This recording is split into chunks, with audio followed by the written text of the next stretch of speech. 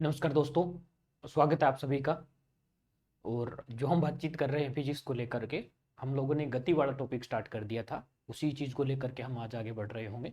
यहाँ से जो आप लोगों का बेसिक टॉपिक है, यहाँ से चीज़ें जो हैं वो आप लोगों की स्टार्ट हो जाएंगी। मैंने आप लोगों को लास्ट क्लास में भी बताया होगा या कहीं बताया होगा कि जितनी चीज़ें आपको लास्ट में बोली जाती है कि इस डेफिनेशन को याद कर लेना या इस चीज़ को याद रख लेना, उतनी चीज़ें याद रखने की आवश्यकता है। जो बीच में मैं चीज़ें समझा रहा हूँ, कोई एग्जाम्पल ले रहा हूँ, उनको डिटो याद करने की कोई आवश्यकता नहीं है। बस एक चीज़ आप लोगों को समझ में आनी चाहिए कि जो मैं वर्ड यूज कर रहा हूँ, जो कुछ भी मैं बोल रहा हूँ, उसका मीनिंग आप लोगों को पता होना चाहिए। जैसे मैंने कुछ भी बोला ना, उससे चीज़ आपको समझ में आना चाहिए कि ये चीज़ बोलने की कोशिश की जा रही है। चलिए हम इन चीज़ों को लेकर के बढ़ेंगे। तो लास्ट क्लास में हम लोगों ने मोशन गति का जो चैप्टर था वो हमने स्टार्ट कर दिया था, और मैं थोड़ा सा रिपीट करके वहीं से आगे बढ़ रहा हूँ। हम लोगों ने जो स्टार्ट किया था मोशन वाला पार्ट,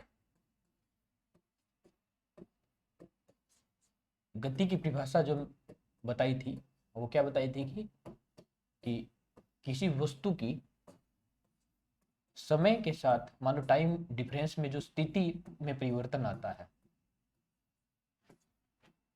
स्थिति में परिवर्तन गति कहलाती है। स्थिति में परिवर्तन गति कहलाएगी। ठीक है। और यहाँ से पहले मैंने आपको समझाया था कि स्थिति में परिवर्तन, स्थिति से मतलब ये रहेगा जैसे अपना एड्रेस होता है वो अपनी स्थिति है। हम अपना एड्रेस चेंज कर रहे हैं, मतलब एक जगह से दूसरी जगह चले जा रहे हैं, तो वो स्थिति में परिवर्तन हो रहा है, वही गति कहलाती है। हम एक जगह से दूसरे जगह, तो इतनी सी चीज़ हम लोगों ने समझ ली थी कि स्थिति में परिवर्तन। यहाँ से कुछ टर्म है उनको हम डिफाइन करेंगे, और उसके बाद उन चीज़ों पर चैप्टर आगे बढ़ रहा होगा।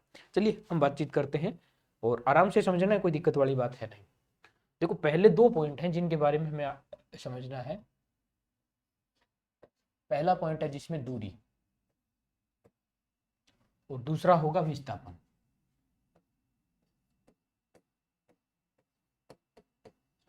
विस्थापन, दूरी और विस्थापन के बारे में हमें बातचीत करनी है। देखो भाई, जो स्टूडेंट जिनके पास सब्जेक्ट के रूप में रहा है फिजिक्स या साइंस से रिलेटेड जो है, उनके लिए ये चीज़ें थोड़ी सी याद रखना आसान होगा, लेकिन समझना उनको भी अच्छे से है, क्योंकि हम इतना बेस क्लियर करके नहीं आते। बिल्कुल बेसिक सी चीज़ें हैं, और मैं बिल्कुल इन चीज़ों को डीपली समझाने की कोशिश कर रहा हूँ। क्योंकि अगर इनमें अगर क्वेश्चन पूछा जाता है तो डायरेक्ट आपसे ये नहीं पूछा जाएगा विस्थापन क्या है परिभाषित करो, नहीं। उस पर स्टेटमेंट दिए जाएंगे, और स्टेटमेंट दे करके उन पर पूछा जाएगा निम्न में से कौन सा सत्य है कौन सा असत्य है। तो सत्य असत्य आप तब तक नहीं देख पाओगे जब तक वो चीज़ें आप लोगों को क्लियर तरीके से समझ में नहीं आई हुई है। ठीक है, हर एक पॉइंट आप लोगों को आराम से देखना होगा, कुछ छोटी छोटी चीज़ें उसमें चेंज की जाती हैं। सबसे पहली चीज़ ये रहेगी कि इनकी परिभाषा क्या रहेगी, वो चीज़ हमें देखनी है, इनकी डेफिनेशन क्या है। तो दूरी की जो डेफिनेशन रहेगी वो ये रहेगी कि किसी वस्तु द्वारा जब गति कर रही होगी तो तय किया गया कुल पथ, कुल पथ क्या कहलाएगी, दूरी कहलाएगी। भाई, गति कर रहे होंगे, ये चीजें ट्रम कब आ रही होंगी, गति होंगी तभी तो आएंगी ना। मान लो कोई वस्तु स्थिर अवस्था में है, तो स्थिर अवस्था में तो अपनी जगह ही है, वहां दूरी विस्थापन कुछ नहीं पूछा जाना। जब कोई वस्तु गति कर रही होगी तो उस गति के दौरान उसके द्वारा जो तय किया गया टोटल पथ रहेगा, मतलब जहां से चल करके वो कैसे भी जा रहा होगा।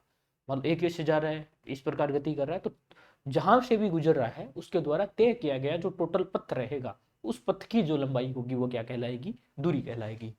विस्थापन क्या कहलाएगा, विस्थापन होगा प्रारंभिक बिंदु, प्रारंभिक और अंतिम बिंदु रहेगा। प्रारंभिक एवं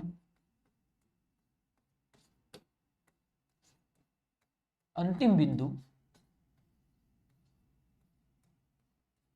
के बीच सीधी दूरी। सीधी दूरी क्या कहलाएगा, विस्थापन। दूरी नहीं लिखना चाहो तो आप लोग यहाँ पर पथ भी लिख सकते हो जो पीछे लिखा है। प्रारंभिक और अंतिम बिंदु जो रहेगा उन दोनों के बीच की बिल्कुल जो सीधी दूरी रहेगी। मान लो मैंने अभी आप लोगों को एक छोटा सा समझाने की कोशिश की कि एक व्यक्ति यहां से चल के यहां तक पहुंचना चाहता है, पॉइंट ए से पॉइंट बी तक पहुंचना चाहता है, तो ये जो है वो इन दोनों पॉइंटों के बीच की सीधी दूरी है। ठीक है, अब मान लो आपने चलना स्टार्ट किया, आप ऐसे घूम के जा रहे हो, आपके पास फुल टाइम है, अच्छा मौसम है, एंजॉय कर रहे हो आप लोग, इस प्रकार घूम के जा रहे हो। तो यहां से यहां तक चल के जाने में आपने ये पथ तय किया है, तो ये जो रहेगा, ये जो मान होगा वो क्या कहलाएगी, तय किया गया कुल पथ जो होती है क्या कहलाती है, दूरी कहलाएगी। तो ये जो मान होगा वो किसका रहेगा, दूरी का रहेगा। अगर यहां पर भी आपको विस्थापन पूछा जाता है तो वही बात, प्रारंभिक बिंदु और अंतिम बिंदु जो रहेगा इन दोनों बीच के बीच की जो सीधी दूरी रहेगी वो क्या कहलाएगा, विस्थापन कहलाएगा। विस्थापन यहां भी वही है, पहली पोजीशन में भी वही था। तो ये कहने का अर्थ है। दूसरी चीज यहां पर देखना है, एक चीज मैं और लिख देता हूं इसमें, देखिए, ठीक है, विस्थापन के लिए लिखा जाता है न्यूनतम दूरी।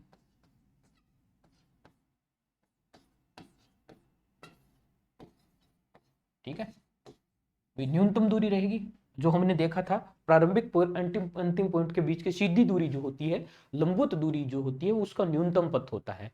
तो दो परिभाषाएं यहां पर आ जाएगी, प्रारंभ बिंदु एवं अंतिम बिंदु के बीच की सीधी दूरी जो रहेगी वो क्या कहलाएगा, विस्थापन। न्यूनतम दूरी जो होगी वही क्या रहेगा, विस्थापन रहेगा। और दूरी के लिए हमने लिख दिया। एक पॉइंट इसमें और समझ लेते हैं कि दूरी जो होगी वो अदिश राशि होती है। अदिश और सदिश हम लोगों ने सबसे पहले इसी चैप्टर में, मान लो जहां से क्लासें स्टार्ट की थी उसमें मैंने बताया था कि सदिश क्या होता है, अदिश क्या होता है, वहां आप लोगों को चीजें समझा दी थी। यहाँ सिर्फ मैं आंसर लिख रहा हूँ वैसे डेफिनेशन की फॉर्म में। अब देखो, अदिश राशि है तो इसके साथ डायरेक्शन का कोई रोल नहीं होगा, इसको सिंपल एक्स से लिखा जाता है। ठीक है, विस्थापन जो होता है अगर सदिश राशि है तो इसको लिखा जाता है एस से, और उसके ऊपर जो साइन होता है, जो वेक्टर वाला जो साइन होता है सदिश राशि के लिए, वो चीज यूज की जाती है। तो ये बिल्कुल बेसिक सी चीज आ गई हमारी कि सदिश, सॉरी, दूरी और विस्थापन जो है उन दोनों को लेकर के क्या डिफरेंस होते हैं, क्या चीजें नहीं होती हैं। धीरे धीरे हम आगे बढ़ेंगे तो ये परिभाषा है, उसमें कुछ पॉइंट बनते चले जाएंगे, उन चीजों को भी हमें समझना है। तो इतनी सी चीज आप लोगों ने भी लिख ली होगी, इस प्रकार आप साथ के साथ नोट्स बनाते जाना।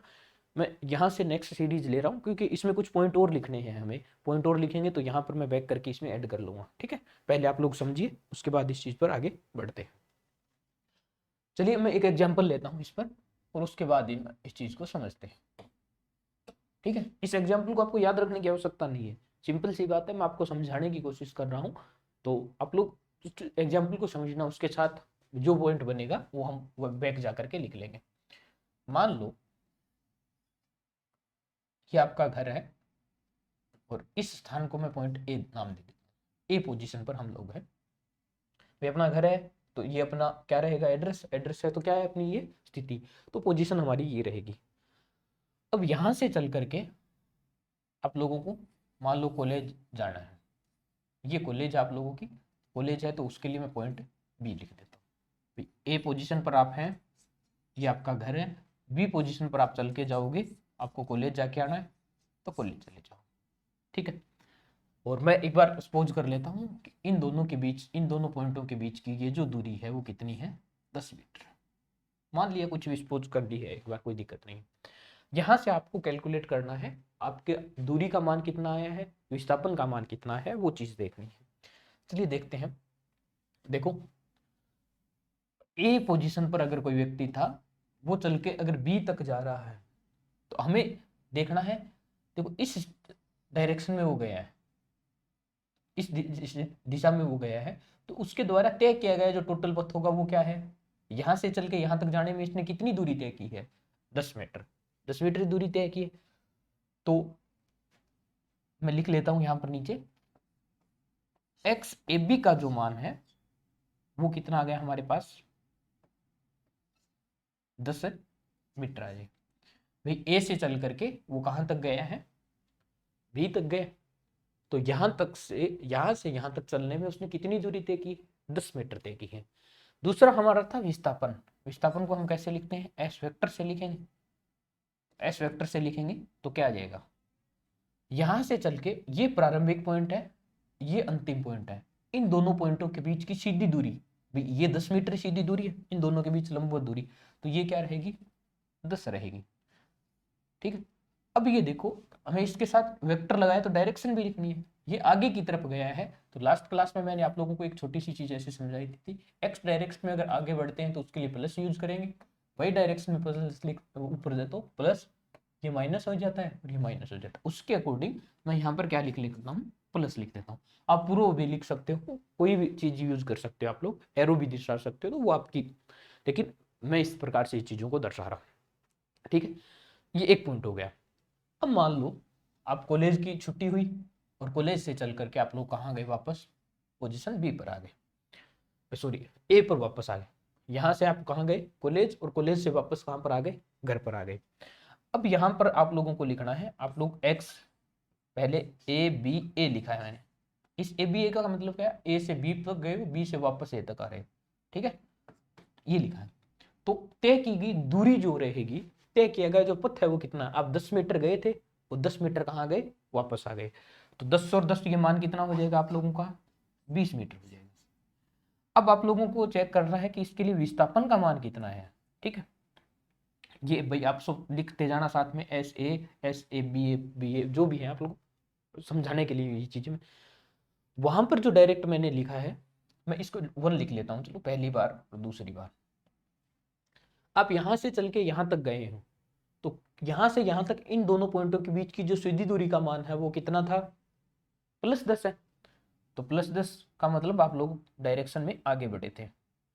अब कॉलेज के बाद आप वापस घर आ रहे हो, तो डायरेक्ट सीधी दूरी कितनी तय की आप लोगों ने, 10 मीटर तय की है, लेकिन डायरेक्शन उसकी क्या है, पीछे की तरफ है। वो सदिश राशि है, डायरेक्शन अगर पीछे की तरफ है तो पीछे की तरफ जब आते हैं तो साइन क्या लेते हैं, नेगेटिव लेंगे। तो उसके साथ क्या लिखेंगे, +10 और -10, टोटल जो आंसर आएगा वो कितना हो जाएगा, 0 आ जाएगा।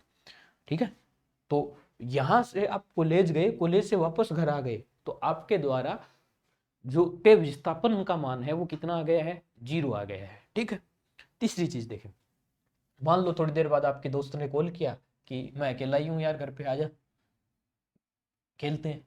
तो ये मैं ए बी और सी पोजीशन ले लेता हूँ, और यही दूरी भी कितनी ले लेते हैं, 10 मीटर ले लेते हैं। ठीक है, तो अब आप देखो, एक्स ए बी, यहाँ ए से चल के आप बी तक गए, बी से वापस ए आओगे और फिर वापस से सी तक चलेंगे।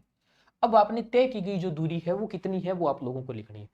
तो यहां तक कितनी आ गई थी, वापस यहां तक आने में दूरी कितनी थी, 20। 20 से यहाँ और कितना तय किया आपने पथ, 10 मीटर का और किया। तो 20 अब पहले चल चुके थे, 10 और चल गए, तो आप कितना चल के आ गए, 20 मीटर दूरी आप लोगों ने तय कर ली। ठीक, अब हमें कैलकुलेट करना है विस्थापन, और विस्थापन अगर कैलकुलेट कर रहे हैं तो तीसरी पोजीशन के लिए मैं S3 लिख देता हूँ। S3 में देखो आप लोगों के पास, आप घर तक आए हो तब तक आपका विस्थापन कितना हो चुका है, यहाँ तक 0 हो चुका है। 0 के बाद आप लोग दोस्त के घर जा रहे हो, तो दोस्त का घर यहाँ से एक्स डायरेक्शन में कहाँ है, पीछे की तरफ है। तो यहाँ से जब आप लोग पीछे गए हो तो उसका मान भी हमें क्या लिखना पड़ेगा, नेगेटिव लिखना पड़ेगा। तो पहले था 0 और -10 लिख दिया क्योंकि पीछे गए। इसको जब सोल्व कर रहे होगे तो आंसर कितना है आप लोगों का, -10 आ रहा है। ठीक है, तो इस प्रकार ये चीजें होंगी। ये सबसे सिंपल एग्जांपल है जो आप लोगों को समझना है कि एक ही डायरेक्शन में हमने लिया है, आगे की तरफ बढ़ा फिर वापस आ गया, तो आगे पॉजिटिव ले लिया, पीछे नेगेटिव ले लिया, बस एक ही पॉइंट पर ये चीजें। यहां से समझने वाली बात ये देखी हमने कि यहाँ पर देखो +10 है, यहाँ पर 0 है और यहाँ पर -10 है। इसका मतलब जो विस्थापन का मान आया है वो प्लस में भी आया, माइनस में भी आया और 0 भी आया। दूरी देखो, दूरी 10 थी, फिर 20 हो गई, फिर 30 हो गई। इसका मतलब आपने अगर चलना स्टार्ट किया गया कर दिया है तो दूरी तो आपकी बढ़ती जाएगी ना, आप लोग चलते जाओगे तो जैसे जैसे चलोगे वैसे वैसे आपका पथ बढ़ता जाएगा। तो ये आपका लोगों का क्या हो जाएगा, आंसर हो जाएगा। तो यहाँ से हमारे पास एक पॉइंट बन रहा है कि दूरी जो होगी वो लगातार बढ़ती जाएगी। इसका मतलब दूरी का जो मान रहेगा, अगर वस्तु गति कर रही है तो हमेशा क्या रहेगा, पॉजिटिव रहेगा। लेकिन विस्थापन का मान क्या हो सकता है, कुछ भी हो सकता है, प्लस में भी आ सकता है, 0 भी हो सकता है और नेगेटिव भी हो सकता है। तो ये वाली चीज यहाँ से हो जाएगी। तो ये पॉइंट हम पीछे ऐड कर लेते हैं जो हमारी थ्योरी थी उसमें। तो क्या हो जाएगा कि दूरी का जो मान होगा वो हमेशा क्या रहेगा, हमेशा धनात्मक रहेगा। भाई दूरी एक ही कंडीशन में जीरो हो सकती है, जब आप लोगों ने चलना ही स्टार्ट नहीं किया है, ठीक है, उसी कंडीशन में।